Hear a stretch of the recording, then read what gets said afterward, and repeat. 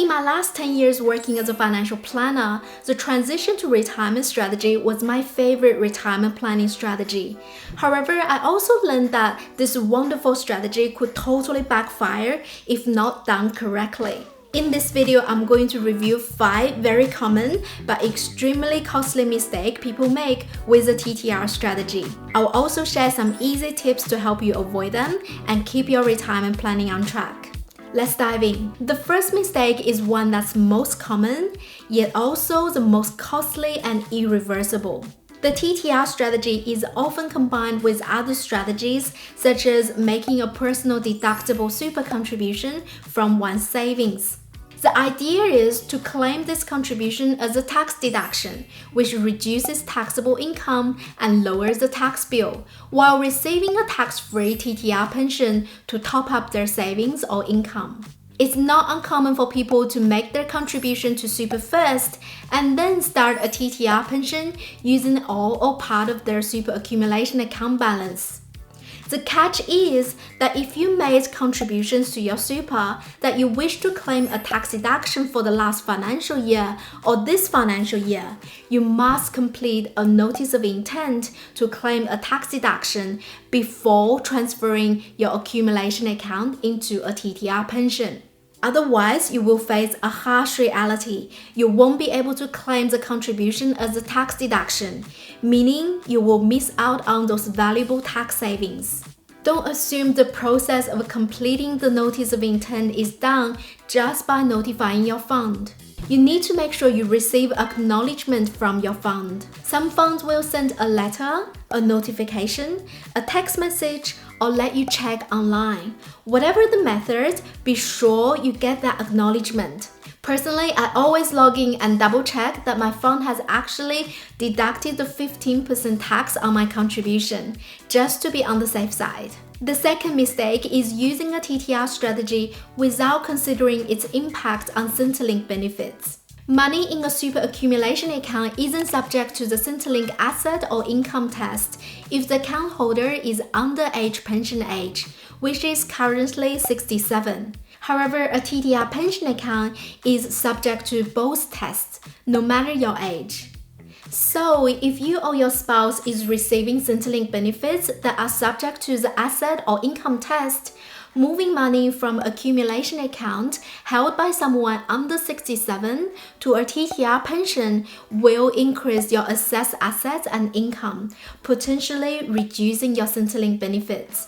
For those who are on Centrelink benefits, it's important to calculate whether the benefits of having a TTR pension outweigh the potential reduction in Centrelink payments. If the impact is negative, you can always roll the TTR pension back into accumulation account held by someone under 67 to keep those assets out of Centrelink's view. Just don't forget to update Centrelink within 14 days of any changes so they can adjust your benefits accordingly. The third mistake is forgetting to keep accumulation account open. This often happens when people try to maximize their TTR pensioner payments by transferring their entire accumulation account balance. However, this will cause the super accumulation account to be closed and lead to 2 unintended consequences. One is minor, but the other is irreversible and could be devastating for some. If someone is transitioning to retirement, they are likely still working and will need a super accumulation account to receive employer contributions. The good news is that if the account is closed, they can always open a new one to keep adding to their super. The bad news is that closing accumulation account will cancel any insurance within it, such as life insurance, and this is irreversible. I once knew someone with stage 3 bowel cancer. And in his effort to maximize his TTR pension, he forgot that he still had life insurance inside his super.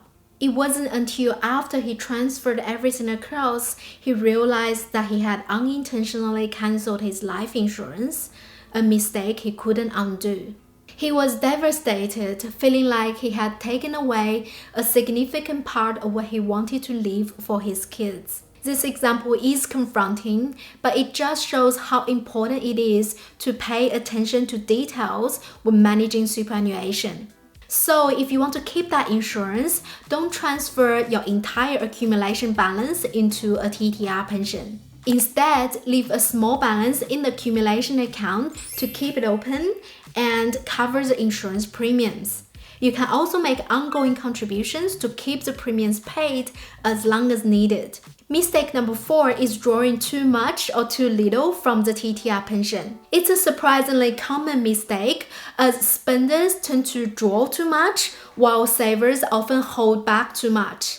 This might seem obvious, but once your pension account balance hits 0, the payments stop. So if you start drawing too much from your super too early, you could have less money later in retirement, or even run out of money before you run out of life. The Centrelink age pension might be your only safety net, but is it enough? On the flip side, if you keep delaying withdrawals and hold back on enjoying your savings, your golden years of good health and free time could pass you by. And once you are further down the frailty line, you won't be able to enjoy your money the way you once could.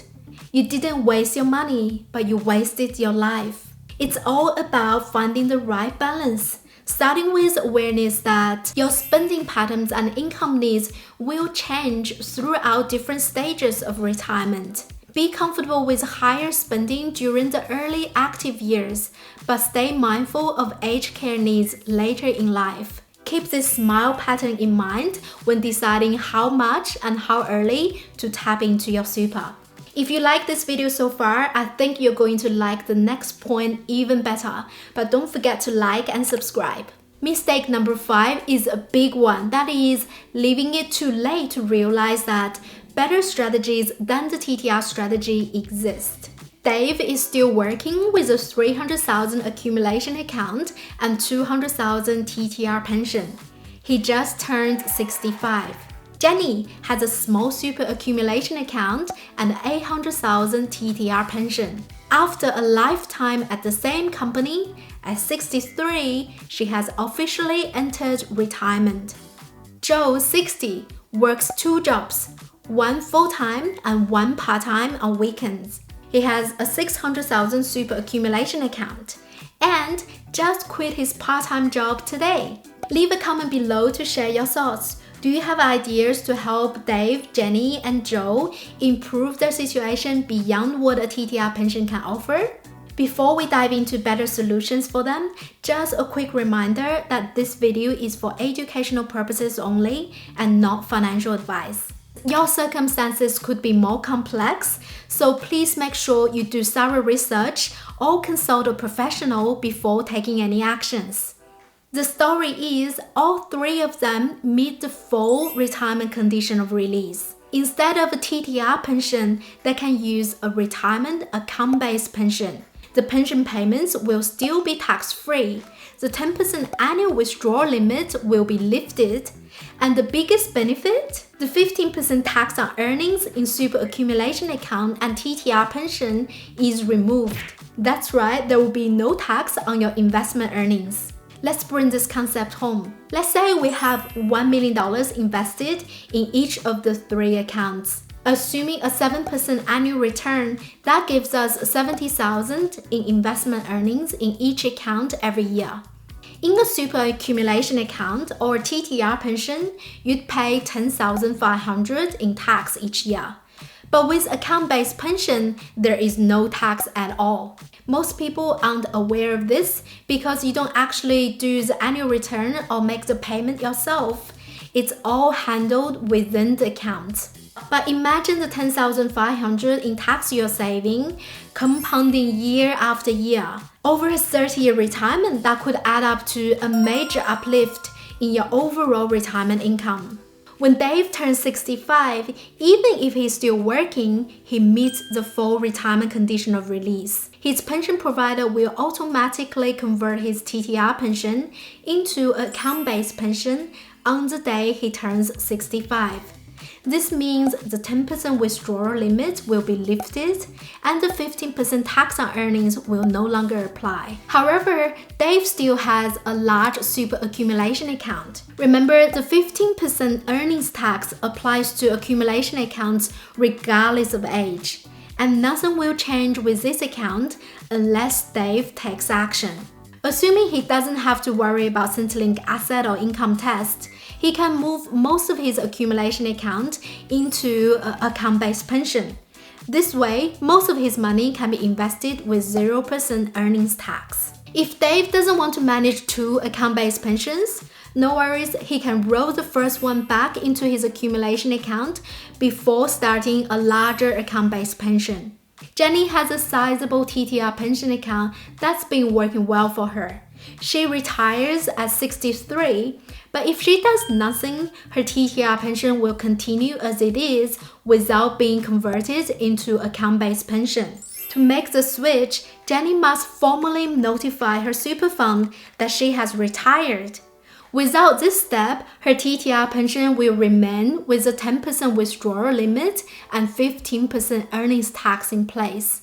It's important to remember that the date she informs her super fund is what matters, not her actual retirement date.